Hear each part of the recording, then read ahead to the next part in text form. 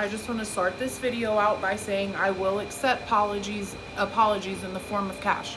For everyone who came at me and said, oh, you're a pro-burger, oh, you're supporting a... Oh, what a turn of events that I'm happy to report on today. Kings, queens, and internet cousins, Bryan Kohberger has changed his plea deal from guilty to not guilty, like I stated from the beginning. Now, if you guys have been following this case for long enough, I believe that Bryan Kohberger is innocent of the slaying of the 4 Idaho students. You may ask why I believe that. The reason why I believe that is because I don't believe anyone could get inside of a home, take out 4 people brutally, we're talking hundreds of puncture wounds, and have no red stuff on you, nothing at all. So in a twisted turn of events, as we all expected who have been following this case closely, Bryan Kohberger did a phone interview with the New York Times, and he agreed to the plea agreement because of what was described as false promises and blatant disinformation. He maintained his absolute claim of innocence and wants the questions surrounding the case to be examined in a trial-like setting.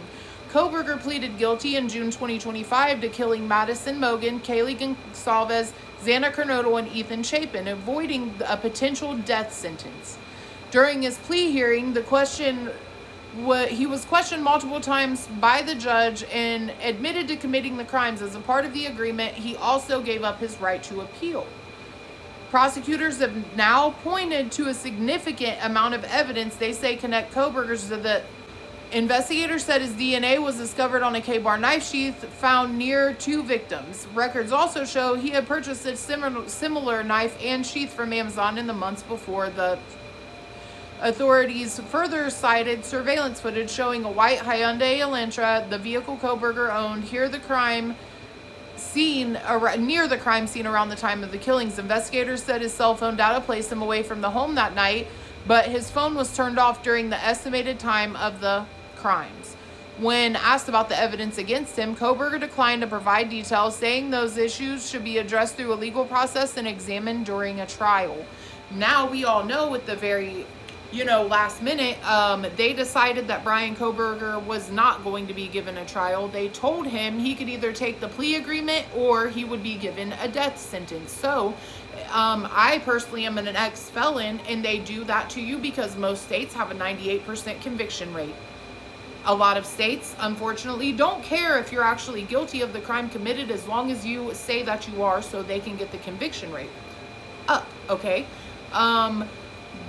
Same thing for me. They told me if I took it to trial, I was crazy, either take the plea deal or I was going to do 5 years in prison for a minor crime, okay? So in my opinion, personally, I believe that's what they did to Bryan Kohberger. I believe they used fear tactics and fear mongering to get him to agree to the sentence. As we all know, evidence can be planted. 1 knife sheath, there's nothing else. He never got caught with literally thing else, but there were 3 other male DNAs under Madison Mogen's fingernails that were never tested. There was other red stuff on a railing that was never tested. Yeah, so what do you guys think is going to happen from this? We've been waiting, everybody who knew that something was off with this case from the beginning, so I'm eager to hear what you guys have to say in the comments. Free Bryan Kohberger, and may the real get caught.